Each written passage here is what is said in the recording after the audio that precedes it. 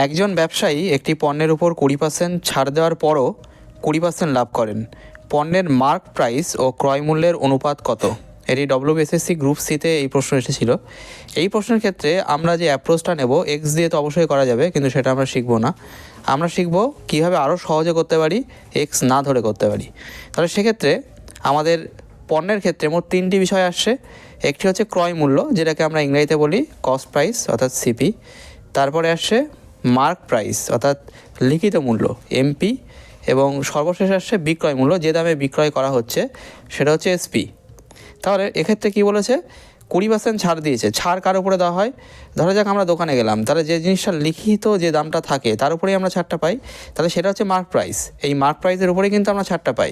তাহলে সেক্ষেত্রে মার্ক প্রাইসের উপরে আমরা ছাড়টা পাবো, এবং লাভটা যেটা হয় সেটা কার উপরে হয়? সেটা ক্রয় মূল্যের উপরে হয়, সিপির উপরে হয়। তাহলে এক্ষেত্রে একটা গুরুত্বপূর্ণ জিনিস আমরা শিখবো, সেটা হচ্ছে পার্সেন্টেজ টু ফ্র্যাকশন কনভার্সন। অর্থাৎ পার্সেন্টেজ রয়েছে কত? 20%। এখান থেকে আমরা ফ্র্যাকশন কনভার্সন কেন করব সেটা আরেকটু গেলে বোঝা যাবে। তবে আমরা আগে ফ্র্যাকশনটা কনভার্ট করে নিই। 20% মানে কত? 20% মানে হচ্ছে 20/100। কাটাকাটি করলে কত আসবে? 1/5 এটা আসছে। তাহলে এই যে 20% ছাড়টা দিচ্ছে, এই ছাড়টার ক্ষেত্রে এই 1/5 এই ব্যাপারটা আমরা ব্যবহার করব কী করে? তার মানে ব্যাপারটা এরকম দাঁড়াচ্ছে, ছাড় দিচ্ছে মানে কমে যাচ্ছে। তাহলে 5 টাকা যদি মার্ক প্রাইস হয়, তাহলে সেক্ষেত্রে 1 টাকা ছাড় দেওয়ার পরে তার বিক্রয় মূল্য হবে 4 টাকা। এইভাবে আমরা পার্সেন্টেজ টু ফ্র্যাকশন কনভার্সন করছি। এবং তারপর 20% আবার লাভ করছে। এই জায়গায় যদি 20%-এর জায়গায় অন্য কিছু থাকতো, তাহলে সেই কনভার্সনটা পার্সেন্টেজ টু ফ্র্যাকশন যে কনভার্সন সেটা আমরা করে নিতাম। যেহেতু এক্ষেত্রেও 20%, ফলে আমি আলাদা করে আবার লিখছি না। তাহলে 20% মানে কত? 1/5। এই ক্ষেত্রে কিন্তু লাভ করেছে। তাহলে লাভ করলে কি হচ্ছে? 5 টাকার উপরে 1 টাকা লাভ। তাহলে এক্ষেত্রে আমরা লাভ কার উপরে করি? লাভ করি ক্রয় মূল্যের উপরে। তাহলে 5 টাকা হচ্ছে কি ক্রয় মূল্য, আর এর উপরে 1 টাকা লাভ করছে, তাহলে লাভ করে বিক্রি করছে, তাহলে 6 টাকা। 6 টাকা হচ্ছে কি বিক্রয় মূল্য। তাহলে সেটা আমরা লিখে নিলাম। তাহলে লিখে নিলে এইবার আমরা জিনিসটা পেয়ে যাচ্ছি।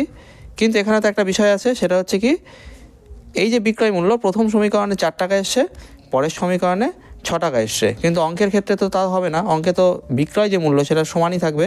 সেক্ষেত্রে দুটোকে সেম করে নেব। তাহলে প্রথম সমীকরণটাকেও আমি, যেহেতু অনুপাত এগুলো, গুণ করে নিতে পারি। প্রথমটাকে আমি 3 দিয়ে গুণ করে নিচ্ছি, আর পরেরটাকে আমি পুরোটাকে 2 দিয়ে গুণ করে নিচ্ছি।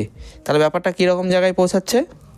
প্রথমটার ক্ষেত্রে আমি পাচ্ছি 15 মার্ক প্রাইস, আর বিক্রয় মূল্য পাচ্ছি 12, আর পরেরটার ক্ষেত্রে ক্রয় মূল্য পাচ্ছি 5×10 আর বিক্রয় মূল্য পাচ্ছি 12। তাহলে এবার বিক্রয় মূল্য কী হয়ে গেল?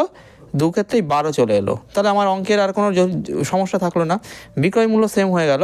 তাহলে এইবার আমরা বলতে পারি যে এই যে 10টা পাচ্ছি, এটা কি? এটা হচ্ছে ক্রয় মূল্য, অর্থাৎ 10 ক্রয় মূল্য। মার্ক প্রাইস 15 টাকা, আর বিক্রয় মূল্য হচ্ছে 12 টাকা।